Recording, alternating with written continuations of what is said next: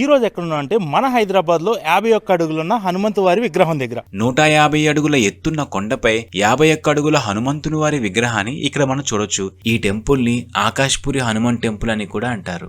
ఈ టెంపుల్ ని పూర్తి చేయడానికి దాదాపుగా 9 సంవత్సరాల సమయం పట్టిందంట. 2007లో స్టార్ట్ చేస్తే 2016 నాటికి పూర్తయింది. హనుమంతుని వారి గుండె లోపల సీతారాముల వారి రూపాలు మనకి కనిపిస్తాయి. నంది మరియు పంచముఖ శివలింగాన్ని మనం ఇక్కడ చూడొచ్చు.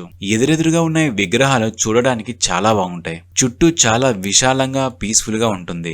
మనం కూర్చోవడానికి బెంచెస్ కూడా ఉంటాయి. ఎత్తైన కొండపై ఉండటం వల్ల సిటీ వ్యూ చూడడానికి చాలా బాగుంటుంది.